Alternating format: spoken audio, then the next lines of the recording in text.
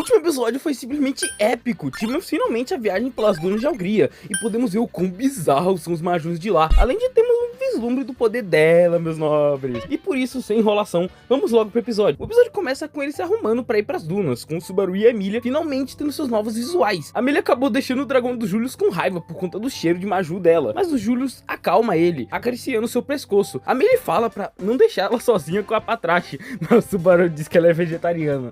Sim, com certeza, concordo. O Roswell chega e pede pra que cuidassem do chifre da Han, e eles então se despedem, partindo pra um bar no deserto. A Emilia pede leite quente, o Subaru pede leite frio. Eles contam que iria pra torre e o dono do bar diz pra eles voltarem. Ele conta que em 400 anos ninguém conseguiu chegar lá, que todos que tentaram morreram no caminho. Quando o Subaru e a Emilia iam embora, ele fala pra prestar atenção nos pássaros, que sempre voavam sobre as dunas, porque eles estavam sempre meio que em direção da torre. A cena então corta pro Subaru e o Julius conversando. O Subaru pergunta como estavam os espíritos do Julius, e sim, até eles esqueceram do Julius. Pra você ver o quão bizarramente poderosa é a autoridade do Gula. Então Julius vai estar nerfado nessa temporada, usando somente a espada. Eles conversam sobre a viagem, o Julius fala como tá começando a entender mais o Subaru, e o Subaru então fala que se depender dessa viagem, ele seria um especialista do Julius no final. E o Julius brinca, dizendo que tirando ele, o Subaru realmente era o especialista do Julius. Caralho, para pensar, tipo, porra, o Subaru é a única pessoa que lembra do Julius, então, tipo, a relação dos dois vai ficar muito coisada.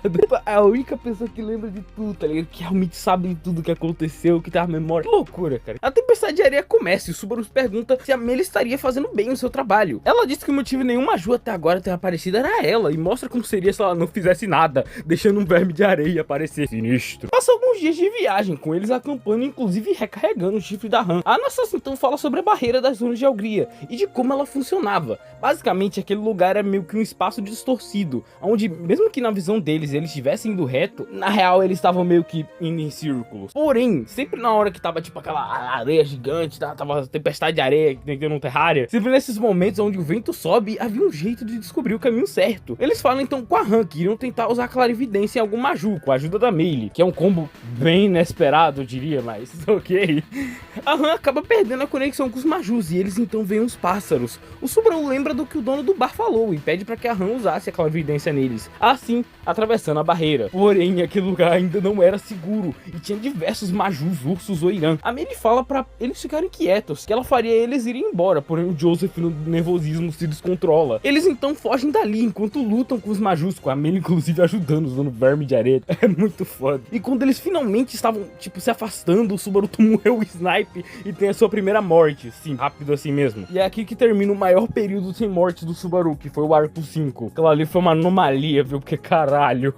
O Subaru renasce tentando entender como morreu enquanto vê tudo acontecer de novo. O Subaru fala para eles mudarem de rota, e quando eles fazem isso, o verme que os ajudava toma um tiro. O verme cai em cima deles e eles se separam, com o Subaru mandando essa: Deserto 1, Régulo 0. Mas de repente o Subaru ia pra trás e toma um tiro numa cena brutal demais. A Beatriz começa a chorar. Ela implora pro Subaru não morrer, pra ele não deixar a Beth sozinha. Mas no fim, a própria Beth é acertada numa cena brutal e silenciosa, deixando apenas o corpo do Subaru ali. O Subaru volta novamente, mas dessa vez usando a mão invisível pra acalmar o Joseph, assim impedindo o conflito. Ele para todos pra falar da luz da torre, de como ela era perigosa, e então a Han percebe que estavam mirando no Subaru. A luz então vem com tudo na direção deles, e a Emilia vai com tudo pra tentar proteger o Subaru, criando um domo de gelo. Porém, camada após camada do gelo estava sendo quebrada, até não restar mais nenhuma, chegando muito próximo ao rosto do Subaru. Mas o Julius impede, utilizando sua espada pra desviar o ataque. Porém, mais ataques estavam vindo,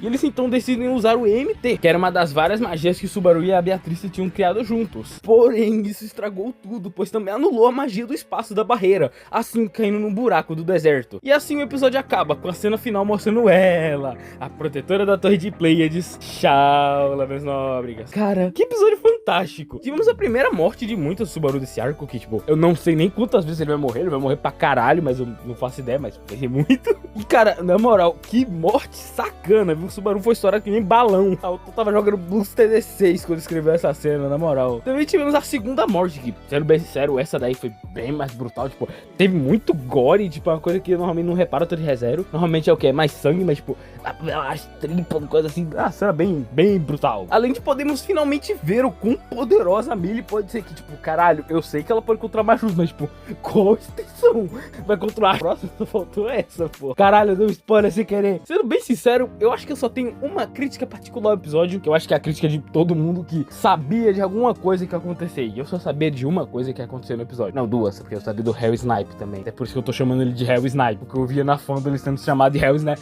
É muita nostalgia da fã do ReZero, final 2020, início de 21. Porra, tanta coisa que a gente viu lá e agora tá sendo adaptada, muito foda. E essa crítica seria basicamente a pequeno corte na cena da Byakuya. A cena original era pra ser mais emocional, com o Subaru usando a mão invisível pra limpar suas lágrimas. E falando nas mãos invisíveis, pela primeira vez, o Subaru usou e não sentiu dor. Pelo que eu vi na fandom, tem uma condição pra isso acontecer, mas enquanto escrevi esse roteiro, meio que eu não achei explicação. É foda. Parece, eu não sei, eu realmente não sei qual a explicação, qual, tipo, o que você tem que fazer pra usar o poder, ele não te dá dor. Mas é isso, agora você sabe que existe uma condição. Qual é a condição? Eu não faço ideia. Agora sobre algo mais leve, né? Tá muito brutal, mano. Tô falando, sangue, estourar balão. Agora algo mais leve, os visuais novos dos personagens. Cara, eu tava realmente ansioso desde o arco 4 pra essa roupa nova do Subaru. Tipo, claro, o moletom, ele é clássico e tal, mas tipo, essa roupa, ela transmite uma nova fase de ReZero, que é a fase que a gente tá vivendo agora, né? Até o arco 5 eu ainda diria que faz meio que parte dessa fase, só que o arco 5, podemos dizer que é a transição, né, pra essa fase meio arco 6, arco 7, lá, eu me pergunto se eles são tão fortes quanto... Nossa, tem uma cena assim, no arco 7 tem muitas cenas, né? Muitas cenas. Aquilo ali eu realmente não sei como adaptar. Aquela porra ali é inadaptável. Arco 6 até dá, mas arco 7? Difícil, viu? Eu não consigo imaginar. A não ser que ele comece a adaptar um monte de obra alternativa de ReZero. Aí daí dá certo, né? Mas será? É conteúdo, né? Se eles quiserem ganhar o máximo de dinheiro possível com ReZero, seria bom, né? Mas não sei se eles querem. Além das roupas da Emilia, que são bem naquela vibe da Fortuna, a gente também tem as da Han e as da Rem. Ficaram bem legais também. E a abertura finalmente apareceu dentro do anime. É uma abertura boa no geral. Vi gente falando que era a melhor abertura de ReZero, ou gente dizendo que era a melhor de longe. Calma, galera, calma. Sem afobação. Tipo, é uma abertura boa, é muito boa, eu concordo, é viciante. Só que, porra, a melhor é foda, cara.